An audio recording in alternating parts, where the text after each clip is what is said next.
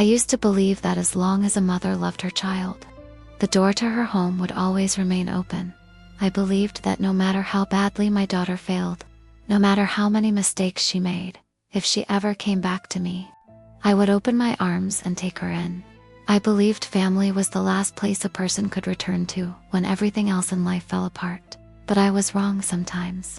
If you keep opening your door to someone, they don't just walk into your house, they walk into your life. They take your peace, they take your money. They take everything you spent a lifetime building. And the most painful part is that sometimes the person standing at your door is the very child you once held in your arms. My name is Margaret. I'm 63 years old. I live in a modest 3-bedroom house in the suburbs, a home where my husband, David, and I have lived for nearly 30 years. The house isn't large, but to me, it is worth more than any mansion in the world. Every wall, every window, every tree in the yard carries a piece of my life, David. And I bought the house when he had just received a promotion. We didn't have much money back then. I still remember the day we received the keys. I stood in the empty living room, watching sunlight pour through the windows, and suddenly I started crying. David came up behind me and wrapped his arms around me. He whispered, "Margaret, one day we'll look back at this place and realize we built an entire life here." He was right. We did build an entire life there. Our daughter, Lauren, grew up in that house. I still remember the day she was born. She was so tiny that I could hold her in both hands. When the nurse placed Lauren on my chest, I looked down at her little face and promised myself that I would do everything I could to give her a good life. I kept that promise, at least. I tried. Lauren grew up to be intelligent, beautiful, ambitious, and determined. She always wanted more. When she was little, she once told me, "Mom, someday I'm going to have a really big house." I laughed and asked, "Where will you live?" Lauren smiled, "Somewhere with lots of money." I thought it was just a child's dream, but even as an adult, Lauren never lost that way of thinking. She married Ryan when she was 20-9. Ryan was polite, charming, and knew how to make a good first impression. At first, I liked him very much. I believed he would take good care of my daughter. But there was one person I never really understood: Diane, Ryan's mother. Diane was always talking about money, not in an obvious, boastful way. She was more subtle than that. She would casually mention a friend who had made hundreds of thousands of dollars, someone who had bought a property at the perfect time, a business opportunity that supposedly came around only once in a lifetime, an investment that was impossible to lose. The first time Diane talked to me about investing, I simply smiled. I wasn't interested in money. David and I had always lived carefully.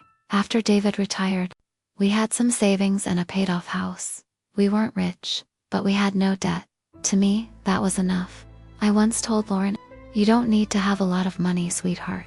You just need enough to sleep peacefully at night." Lauren laughed. "Mom, you think too simply." Maybe she was right. I was too simple. I believed in working for your money, saving it, living within your means. If you didn't have enough, you worked harder. If you failed, you started over. But Diane taught Lauren something different. She taught my daughter that money could make more money, that smart people didn't have to work their entire lives, that if you found the right opportunity, a small amount of money could become a fortune. At first, Lauren invested only a little. I didn't interfere. It was her money. Then she invested more and more. I started getting worried one evening. I asked her, "Lauren, how much money are you investing?" She hesitated. "Not much, Mom." "How much?" She sighed. "Maybe a few tens of thousands." "Lauren," she looked away. "About 100,000. My heart started pounding. "Are you sure this is wise?" "Mom, I know what I'm doing." I looked at Ryan. He simply smiled. "Mom, don't worry. My mother has been doing this for years." I wanted to tell him that was exactly what worried me. But I didn't want to become the mother who constantly told her grown daughter that she wasn't smart enough to make her own decisions. I was wrong. 3 years later, one November morning, I received a phone call from Lauren. Her voice was shaking. "Mom, what happened?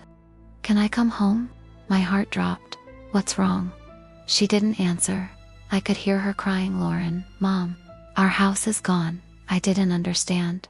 What do you mean? The bank took it. I sat down. What? Ryan and I? We lost the house. I couldn't speak. I expected her to ask me for money. I had already started preparing myself for that possibility. I even considered selling our second car if she needed rent. I would help if she needed a security deposit. I would help if she needed time to get back on her feet. I would let her stay with us. She was my daughter. I would not abandon her when she was at her lowest. What I didn't know was that Lauren wasn't calling me to ask for help. She was calling to tell me she had already decided to take my house. 3 days later, I discovered the entire truth. Lauren and Ryan had lost their home after pouring approximately $450,000 into Diane's investment ventures. $450,000. That was almost an entire lifetime of savings for David and me. I asked Lauren, is all that money gone? She looked down. Not all of it. I froze. What do you mean? We still have money. I stared at her. How much? She didn't answer. Ryan finally said, enough to start over. I looked at both of them.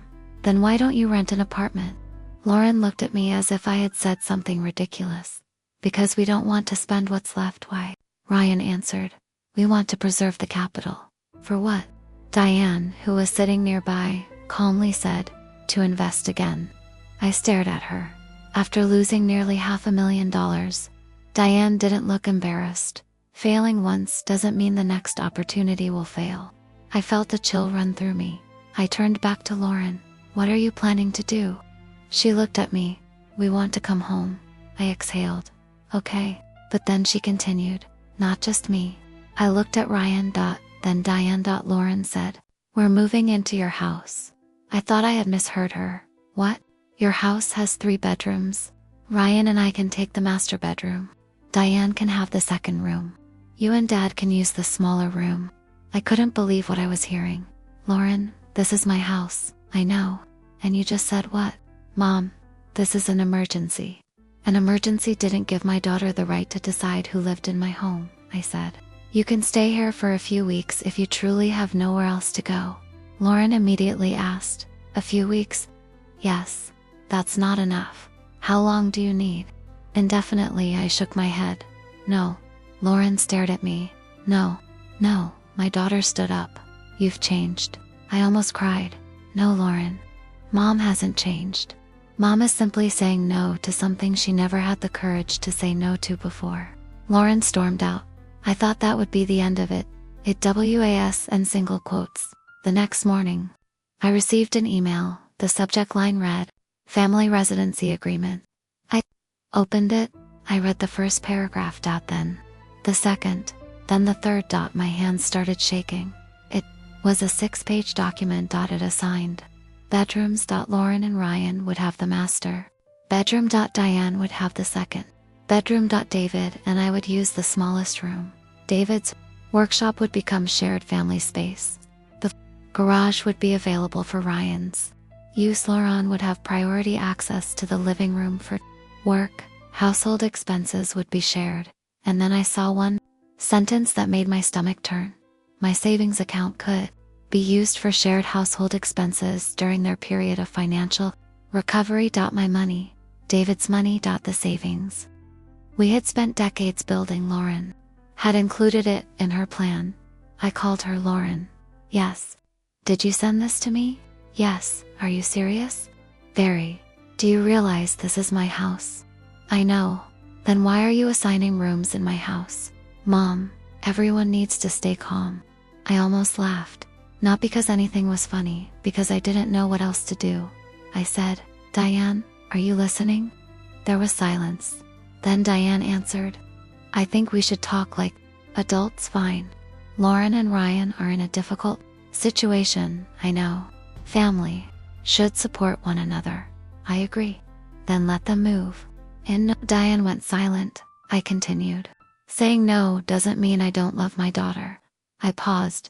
But I will not allow you to turn my home into collateral for your next investment. There was a long silence. Then Diane said, You're misunderstanding the situation. I sincerely hope I am. I hung up that evening. David and I sat in the kitchen. He looked at me. Do you think they'll actually come? Yes, he sighed. What are we going to do? I looked down at my hands. Changed the locks. He stared at me. Margaret. I know, I swallowed. I know she's our daughter. David said nothing. I whispered. I raised her whole life. I never thought I'd see the day I'd have to lock the doors to protect our home from our own child. David reached for my hand. We changed the locks. I also contacted the bank and removed Lauren's access to our accounts. I had once given her access because I trusted her to help with some payments. I never imagined I'd have to revoke that trust. I called our attorney. I checked the deed. Everything was in David's, and my name's not Lauren's, not Ryan's, not Diane's. No. One had the right to decide who lived. There I knew I was doing the right thing, but knowing you're right doesn't mean it doesn't hurt. That night, I cried in the bathroom. I wasn't crying because I was afraid of losing the house. I was crying because I remembered Lauren at 5 years old. I remembered holding her when she had a fever. I remembered the night she failed an exam and came home crying. I remembered her wedding day. I remembered her telling me, "Mom, you're the person I trust most." I asked myself, where had my daughter gone? Or perhaps she was still there. Maybe greed, fear, and someone else's influence had simply buried the person she used to be. 3 days later, it started raining. Around 6 in the evening, I heard a truck stop outside. I looked through the window. A moving truck was parked in our driveway. Ryan got out. Lauren followed. Diane stepped down last. They didn't come to talk. They came to move in. I opened the front door. Lauren looked at me. Mom. I said nothing. Ryan walked forward. We need to talk. No. He pointed toward the truck. The furniture's already here. That is your problem. Lauren looked at me. Mom, it's raining. I know we don't have anywhere else to go. I know. Ryan pointed toward the truck. We've already moved everything. I looked at him. You're not coming inside. He laughed. You can't be serious. I am. Lauren stepped forward. Mom, we're family. Yes, and this is how you treat family. I looked at her. This is my home. Ryan pulled out the document. We have an agreement. I looked at it. No, Lauren sent this to you. I never signed it, but she prepared it. That doesn't make it a contract. Ryan's voice became angry. Margaret, we're not here to ask permission. I looked at Lauren. Did you hear what your husband just said? Lauren lowered her eyes. I asked, do you really want to do this? She started crying. I just need Mom to help me. I am helping you. No. I'll help you rent an apartment. No. I'll help you find a job. No. I'll help you get your life back on track. No. I won't give you my house. Lauren cried harder. Mom, please. I looked at her. Do you know what hurts the most? She didn't answer. It's not that you lost $450,000. It's not that you lost your house. It's not that you failed. I swallowed. What hurts is that after all of that, you still haven't faced the real problem. Lauren wiped her tears. What is the problem? I said. You are trying to rescue a failed plan by sacrificing someone else's life. Diane stepped forward. Enough. I looked at her. Double quotes. No, not yet. You're insulting me. I don't care. I looked at Lauren. You can rent a home. You can work. You can start again. You still have money. You still have your husband. You still have your health. You still have your mother. My voice cracked. But I cannot be the price of your mistakes. Lauren stared at me. Then she said something I will never forget. Maybe you don't deserve to have a daughter. I stood completely still. Rain poured onto the porch. I looked at my little girl, years ago. Those words would have destroyed me. That night, they only left me deeply, unbearably sad. I said, if the only way I can keep you in my life is by letting you control my life. I looked directly into her eyes. Then what you're asking for isn't love. Lauren cried. I said, you can rent an apartment. Ryan looked furious. Diane took Lauren by the arm. Let's go. Lauren still stood there. Mom.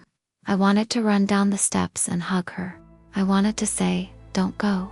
I wanted to say, fine, come inside.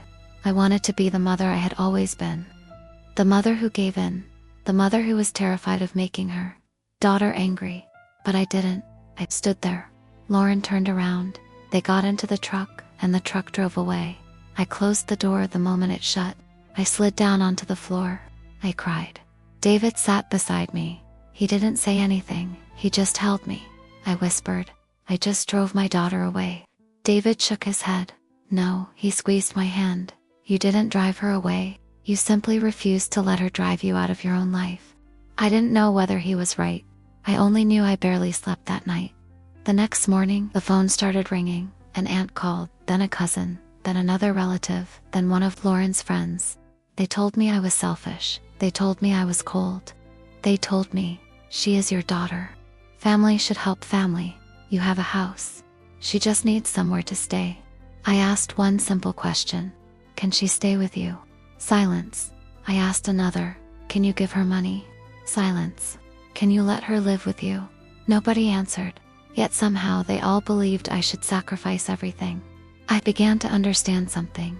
It is very easy to ask another person to sacrifice, especially when what is being sacrificed isn't yours. A week later, Lauren posted about me online. She said I had abandoned my own daughter in the rain. She said, I had a large house but refused to give my daughter a place to sleep. She said, I had chosen money over family. The post spread quickly. I received dozens of messages. People who had never met me judged me. One person wrote, you don't deserve to be a mother. I read it. Then I put my phone down. I didn't explain myself. I didn't argue. I didn't defend myself online. Because I knew the truth. I knew Lauren still had money. I knew she could rent an apartment. I knew she wanted me to mortgage my home. I knew Diane was still looking for another investment opportunity. I knew they didn't want to start over. They wanted me to pay the price for their refusal to face failure. But something happened that I never expected. 2 weeks later, Ryan called me. Mom, I was silent. We need to talk about what, Lauren? I closed my eyes. What about her? She misses you. I didn't answer. I miss her too. Ryan was quiet. Diane is putting pressure on us. I opened my eyes. What do you mean? She wants us to invest again and we don't want to. Have you rented an apartment? No. Do you still have money? Yes. I sighed. Ryan, use it. We're thinking about it. Don't think too long. There was silence. Then he said, Mom, I'm sorry. I didn't know what to say. I had never heard Ryan say those words before. 3 days later, Lauren sent me a message. Just for words. Mom, can we talk? I stared at the screen for a long time. I didn't answer immediately. I had once believed that if my daughter called, I would run to her. But this time I asked myself, do I want her back because I miss her, or because I want to win? Finally, I replied, yes. Lauren came alone. No Ryan, no Diane. She stood at my front door. I opened it. She looked thinner. Her eyes were red. Her hair was messy. She said nothing. Neither did I. Finally she asked, can I come in? I stepped aside. Yes. Lauren walked inside. She looked around. Everything was the same. David's clock, our wedding. Photographed the chair she used to sit in when she was little. She touched the back of it. You still have this, of course. Lauren started crying. Mom. I sat down. She sat across from me. I'm sorry. I didn't answer. I was wrong. I remained silent. I thought Mom had to save me. I looked at her. Why? Because you always did. I nodded. Double quotes, yes. You made me believe that if I loved you, you'd give me anything. I reached for her hand. And maybe I made that mistake too. Lauren looked up. You didn't. We both made mistakes. She cried. But you need to understand something. What helping you doesn't mean living your life for you. Lauren nodded. I understand. Are you going to rent a place? Yes. Are you going to find work? Yes. And you're not giving Diane the money you have left unless you fully understand what she's doing with it. Lauren looked at me. Yes. I finally hugged her. She cried in my arms like the little girl she used to be. I cried too. I whispered, I never wanted to close the door on you. She answered, I know. I only wanted you to understand that my home is not a place you can enter and take everything from me. She held me tighter. I understand now. But understanding didn't mean everything. Instantly went back to normal. Trust doesn't work like a light switch. You can't turn it off one day and turn it back on the next. It's more like a glass that has been cracked.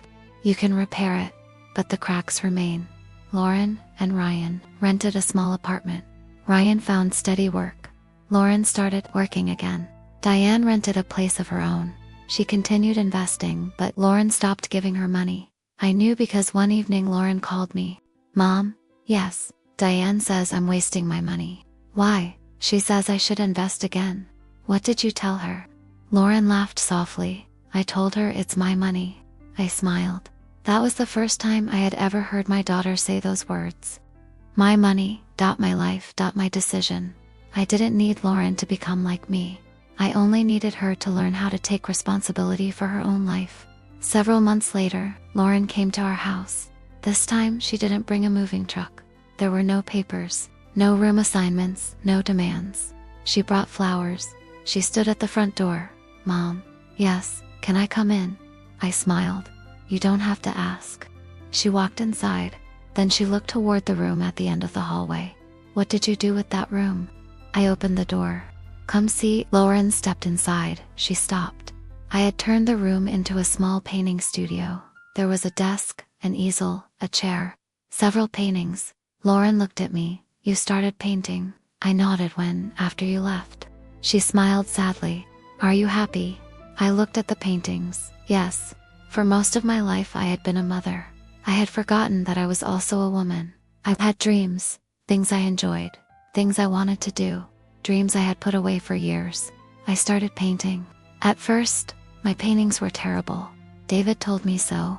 I threw a paintbrush at him. He laughed, but I kept going. I also reclaimed David's workshop. He cleaned every table, organized every tool. One day he said, "Finally, we have our house back." I looked at him. No. He frowned. No. I smiled. We have our lives back. David smiled. I think that was what really happened. I thought I was protecting a house, but I was actually protecting myself. I was protecting my right to live without guilt, my right to say no, my right to keep the money I had worked all my life to save, my right to have my own space, my right to love my daughter, without obeying every demand she made for years. I thought boundaries were selfish. Later, I learned that without boundaries, love can become dependency, sacrifice can become obligation, forgiveness can become permission for someone to hurt you again, and love, without respect, can become another word for control. A year after that rainy night, Lauren came to my birthday party. Ryan came with her. Diane did not. Lauren brought a small box, a present for you. I opened it. Inside was a photograph. It was a picture of me holding Lauren when she was a baby. I stared at it. There was writing on the back, Mom, thank you for loving me enough to say no. I couldn't speak. I looked at my daughter. She was crying. I hugged her this time. The hug felt different. There was no fear, no guilt, no pity, only love, a mature kind of love. I whispered. You don't need to thank me for saying no, she asked. Then what should I thank you for? I answered, for finally letting you learn how to stand on your own. She hugged me, Mom. Yes, you learned too. I smiled. Yes, I did, because for so many years, I believed I had to protect my daughter from every pain, but no mother can do that forever. I can hold her when she cries. I can help her get back up. I can give her advice, but I cannot live her life for her, and if I do, I'm not saving her. I'm only delaying the day she has to grow up. Lauren lost nearly $500,000, but the most valuable thing she regained wasn't money. It was her self-respect, and I regained something too. I found myself again. The woman who had dreams, the woman who loved painting, the woman who wanted a room of her own, the woman who wasn't only Lauren's mother. I am still her mother. I still love her. I will still open the door when she needs someone to talk to. But now I understand that opening the door to my heart doesn't mean handing her the keys to my entire life. That was the most painful lesson I ever learned, and also the most valuable. If you're listening to my story and you're in a situation like mine, if someone you love is making you feel that you must sacrifice your money, your home, your peace, or your self-respect just to prove that you love them, remember this: You are allowed to say no. You are allowed to protect what you spent your life building. You are allowed to love someone and still have boundaries. You are allowed to forgive someone without giving them permission to hurt you again. And you are allowed to close the door, not out of revenge, not to punish them, but to remind yourself that your life matters too. I once stood at that door on a rainy night and watched my daughter leave. I thought that was the day I had lost my child, but at WASN, single quotes T. It was the day I lost one. The version of our relationship. And months later, we built another version. Slower, harder, but more honest. I was no longer the mother who would give everything just to keep her daughter from being upset. Lauren was no longer the daughter who believed love meant her mother had to sacrifice everything. We learned how to talk. We learned how to apologize. We learned how to listen. We learned how to respect one another. And most importantly, we learned how to love each other without owning each other. I still think about that rainy night sometimes. I remember the moving truck. The boxers, the anger. The tears, the words that broke my heart. Maybe you don't deserve to have a daughter, but I also remember what happened afterward. My daughter stood up. She rebuilt her life. She found work. She found a home. She learned that failure wasn't the end. And I learned something too. A mother cannot always rescue her child. Sometimes the greatest gift you can give someone is the chance to rescue themselves. I used to think a home was something I had to protect. Now I understand that a home isn't just for walls. A home is where you are safe, where you are respected, where you can love someone without losing yourself. And sometimes, closing the door doesn't mean you're rejecting someone. Sometimes you're simply telling them, I love you, I'm still here. But this time, you have to walk on your own.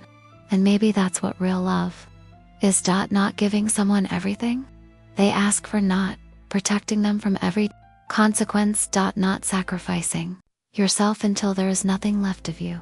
Real love sometimes looks like a mother standing in the rain, crying as her daughter walks away, and still having the courage to say, I love you too much to let you destroy yourself, and I love myself enough not to let you destroy me. That night, I thought I was closing a door. Years later, I realized I was opening another one, a door to respect, a door to healing, a door to a new relationship with my daughter, and perhaps most importantly, a door back to myself.